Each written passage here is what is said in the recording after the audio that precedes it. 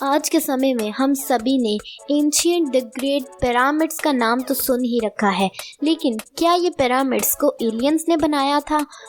ये तो मुझे नहीं पता, बट इनके बारे में बहुत से ऐसे सीक्रेट फैक्ट्स हैं जिन्हें जानने के बाद आप सोच में पड़ जाएंगे कि कोई 4000 साल पहले भी ऐसा कुछ बना सकता है। जिस समय में टेक्नोलॉजी नाम की कोई चीज भी नहीं थी, तब भी कोई इन पिरामिड्स को इतनी परफेक्टली कैसे बना सकता है।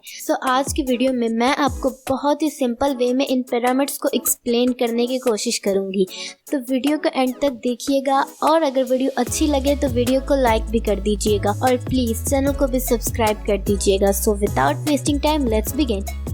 इजिप्ट एक ऐसी कंट्री है जो सिर्फ एक नहीं बल्कि हजारों मिस्ट्रीज से भरी पड़ी है, और इसमें से एक सबसे बड़ी और सबसे famous mystery ancient the great pyramids की है। इन पिरामिड्स को बनाने का रियल रीजन क्या था? कुछ रिसर्चर्स के हिसाब से ये पिरामिड्स एंशियंट इजिप्शियन फेरोस के टॉम्ब हुआ करते थे। इन फेरोस को इजिप्शियन अपना गॉड मानते थे और वो लोग इन फेरोस को मरने के बाद इन पिरामिड्स में मम्मी बनाकर रखा जाता था, लेकिन इन रियलिटी इन पिरामिड्स में से किसी भी फेरो की मम्मी नहीं मिली।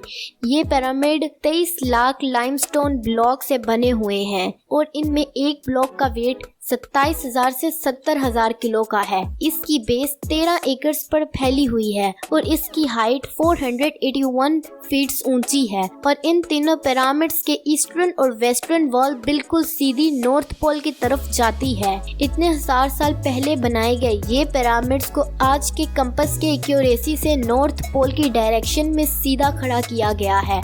और सिर्फ इतना ही नहीं, इन पिरामिड्स की बेस का लेवल 0.75 इंचेस जितना एक्यूरेट है। इतना एक्यूरेट लेवल लेने के लिए आज के समय में लेजर लेवलिंग से ही लिया जा सकता है। द ग्रेट गिजा पिरामिड्स का टोटल वेट काउंट किया जाए तो इसका वेट 60 लाख टन है। नॉर्मली देखने पर हमें पिरामिड्स की 4 साइड्स नजर आती हैं, बट ये 4 नहीं बल्कि 8 साइड्स हैं, और ये 8 साइड्स आपको सिर्फ सोलर इक्विनोक्स वाले दिन ही नजर आ सकती हैं। और सोलर इक्विनोक्स क्या है, इस चीज को मैं आपको वीडियो में थोड़ा आगे एक्सप्लेन करूंगी। और इस चीज को पहली बार एक ब्रिटिश एयरफोर्स के पायलट ने डिस्कवर किया था जब वो पिरामिड्स के ऊपर से गुजर रहे थे। आपको पता है, पिरामिड्स बनाने वालों को इतने हजार साल पहले भी अर्थ के साइज के बारे में अच्छी खासी नॉलेज थी। इस चीज को समझने के लिए आपको एक बहुत ही इम्पोर्टेंट पॉइंट को समझना पड़ेगा। हम सबको पता है कि विंटर के सीजन में दिन छोटे और रातें लंबी होती है। इसका बिल्कुल ऑपोजिट होता है समर का सीजन।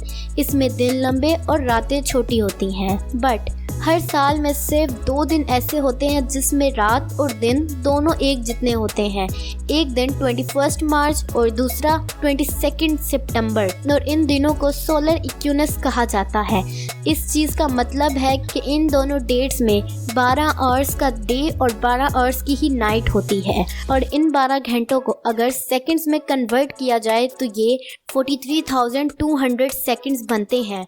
और अगर 43,200 को द ग्रेट पिरामिड्स की हाइट से मल्टीप्लाई किया जाए तो इसका आंसर आता है 63,333 किलोमीटर। और ये इतनी लंबाई है जितना अर्थ का सोलर रेडियस है। पिरामिड्स बनाने वालों की मैथ सच में सिर्फ बहुत नहीं बल्कि बहुत बहुत ज्यादा स्ट्रॉन्ग थी। और यही नहीं सिर्फ, बल्कि पिरामिड्स की बेस का पेरीमीटर 0.92.1 किलोमीटर है। उसको अगर 43,200 से मल्टीप्लाई किया जाए तो इसका आंसर 33,804 किलोमीटर आता है। ये नंबर सर्कमफ्रेंस ऑफ अर्थ का है, जिसके मीनिंग है कि अर्थ के एक पूरे गोल चक्कर मारने के मुकाबले में 99.34% एक्यूरेट है। वन मोर टाइम, ये लोग मैथ्स के हैकर थे, और इससे ये तो पक्का हो जाता है कि हम जैसे लोग ऐसी चीज बिल्कुल भी नहीं बना सकते। जिन्हें अभी तक यही नहीं समझ आया कि मैथ्स में इंग्लिश कहाँ से आ जाती है और क्यों आ जाती है।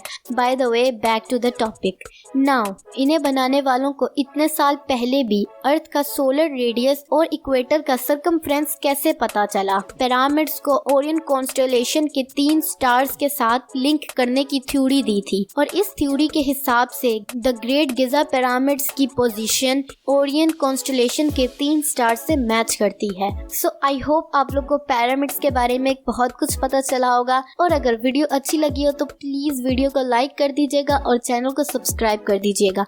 मैं मिलती हूँ आपको इस तरह की नेक्स्ट इन्फॉर्मेटिव वीडियो में। तब तक के लिए अपना ख्याल रखिएगा। Take care and bye bye.